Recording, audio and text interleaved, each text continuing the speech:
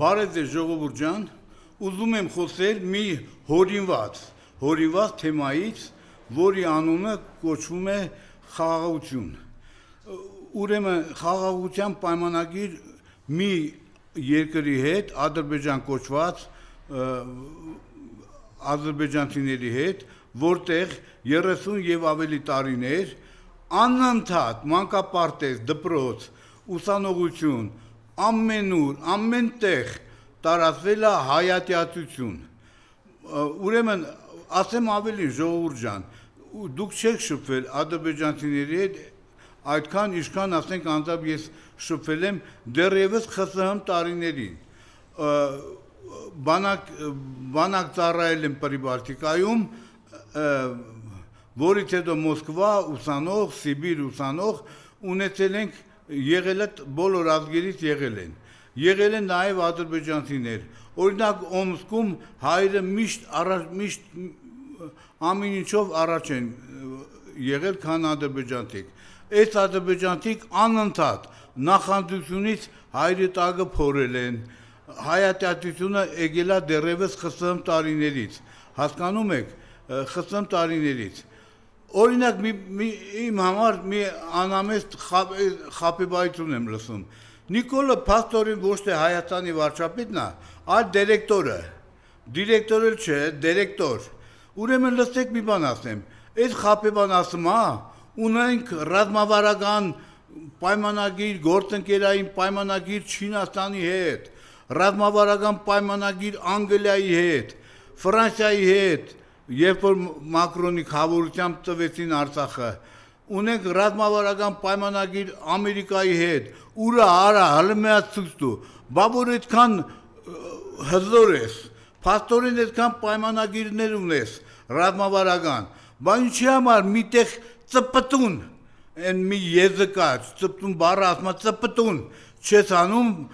որ մեր տարածքում կոնկրետ Վայոց ձորում, մեր հայկական տարածքում բարձունքներում ռազմավարական գործընկերներ ջան, Ադրբեջանին ասեք, թող դուրս գան մեր տարածքից։ Ինչի համար չեք ասեմ։ Ինչ որ մնում է հիմա Տիգրան դեռևս Ռազմիկ Թևանյան կար, Արարատի մարզպետներ, հիշում եմ մարզպետ ժամանակ լրագրողը հարցնում է, տալիս են Տիգրան թե ոչ, ջղայնացավ հասավ վրեն, այդ քեզ թվում է, նման բան գոյություն չունի եւ այլն։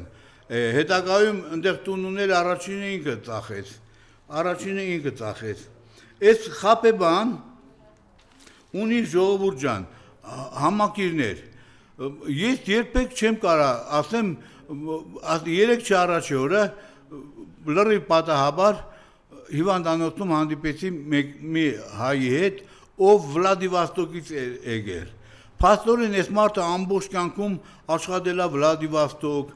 ընդեղի գումարներով Երևանում տուն առե եղբոր համար իրա պատմելով, ամեն ինչով։ Ռուսաստանում աշխատել է, Ռուսաստանի փողը առե, ու ասում է ռուսը մարդ չի։ Երևի պետք է Վլադիվոստոկի քաղաքապետ աշխատել, որ գոհ դառնար։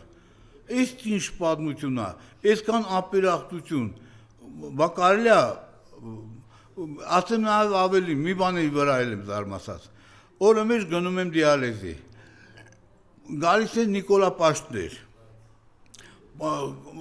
Եթե ուզում ես իմանաս Նիկոլա Պաշտա, թե չէ, քայլվածքը, դերասանավարի, հագուստը, նայվածքը, պահվածքը, ու բոլորը իրանցը դրել են վարչապետի տեղ։ Ասեմ ավելին, եկել են 65 եւ ավելի տարեկան եկել են։ Ես ուրիշ ձև չէի կասեի տիկնայք, բայց ուրեմն տեսեք սրանց ամեն մեկին թվում է, թե ինքը Նիկոլ Փաշինյանն է։ Նիկոլը դրանցը ոչ ճանաչում է, ոչ տեսել է, ոչ շանտեղ է դրել, ոչ իրանք են Նիկոլ տեսել երբեք, բայց ուրեմն մեկի հետ խոսակցություն գնաց, այդ տղամարդ էր, էլի իբր թե։ Ասում եմ ամբողջ Երևանը մուսուլմանացրել է, արաբներին բերել լսել է, ասում է էլ ինչ եք ուզում արա, աղբեր, էժան աշխատուժա բերեմ արդը լծե Հայաստան։ Բա պատկերացնում եք ժողովուրդ ջան, եթե Քարոզարշավի ժամանակ Նիկոլը հայտարարել, որ ժողովուրդ ջան, դուք ինձ պետք չեք, կամ պետք է էժան աշխատուժ լինեք, կամ ես արաբ եմ բերեմ, մուսուլման եմ բերեմ, Նիկոլին ձայն կտային, Նիկոլին ձայն կտային, փաստորեն էժան աշխատուժ սա նշանակում է ստրուկ, այսինքն Նիկոլը մի ծրագիր ունի, այս ազգին տանի դեպի ստրկանաց դարձնի ստրուկ, բայց մի բան ես գիտեմ, պատմությունից ելնելով, որ երբ է ստրուկը ոտքի կանգնեմ, երբ որ հոգնում է դառնա մնալ ստրուկ, երբ որ հոգնում է մնալ ստրուկ, ինքը ոտքի կանգնում ու հետո այդպես փոխվում է ստրուկությունը եւ այլն եւ այլն։ Ուրեմն այս Նիկոլը տեսեք, զավթելա բանը, անպայման մի բան պիտի ասեմ, զավթելա գողացելա, ասենք կոնյակի գործարանը, Գագիկ Ծառուկյանի, ինչի համար եք վերցրել, արա, դուք մի ավտո, մի մեքենա կոնյակ կարտահանեք, լավ ենթադրենք, ուրեմն բարդ մի բան ասեմ, Կուստանայը մեծ մարզա, Ղազախստանի մարզա, Կուստանայի 93 թվականին մայր գործարանի կոնյակից այն ժամանակ ակցիզային մարկա չկար, կոնյակ տարանք 10,000 շիշ, 3 տարի, 4 տարի հետո աշխատանքի բերումով գնացի Կուստանայ, կեսը մնացել էր, Կուստանայում կա հայկական, կա կոնյակի գործարան, Ղազախական,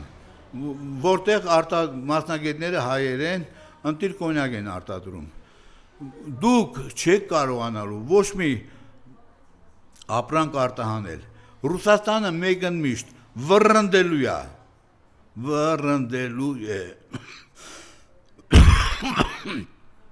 Տաջիկստան, Ղրղստան, չգիտեմ Ուզբեկստան, ոչ մի տեղ էլ չեք կարողանալու կոնյակ արտահանել, միակ տեղը եթե արտահանում էինք, Ռուսաստանն էր արա, Ռուսաստանն էր և ոչ միայն կոնյակ, դուք տեսեք, թե մի անգամ ասել եմ, չեմ հոգնի ասելու, հենց այս տարի մեր խաղաղագործները ինչ վատ վիճակի մեջ են ընկնելու, ասեմ նաև ավելին, այն Ծիրան, չգիտեմ դեղց, խնձոր արտադրողները, մշակողները, իրենք արդեն մի քանի դոգոլակ, մոգոլակ ունեին, վաճառեցին մեր կովեք ընկելած ձեռները, արդեն գումարի կարիք ունեն, արդեն գումարել չունեն, հասկանում եք, այս մարդն եկել է, ազգային ժողով նայում ես, զզվում ես, սրանք բոլորը հանցագործներ են, ոչ մի ծրագիր, տնտեսական ոչ մի ծրագիր չկա, արա բաց չեք ասեմ, քեզ ձայն ենք տվել, այ Վահագն Ալեքսանյան, Հայկ Կոնջորյան, բա ծրագիր մտցրեք, թեթև արդյունաբերության ոլորտ զարգացրեք, կոշիկի ոլորտ զարգացրեք, այ եզդեր, եկել եք որ ինչ անեք, լապում եք, ասֆալտ եք փռում, փող եք լապում, ասֆալտ եք փռում, փող եք լապում, շինարարություն եք, հա անում, էսի աշխատատեղ չի, դուք այս ազգին տանում եք ստրկացման, բայց զգուշ մնացեք, ինչ որ պահի մեր ազգը արտանալու է, ոտքի է կանգնելու, դա կարող լինի 1 ամսից, 2 ամսից, ազգովի հոգնել են, ստրուկի կարգավիճակ լինելուց, կներեք ժողովուրդ ջան։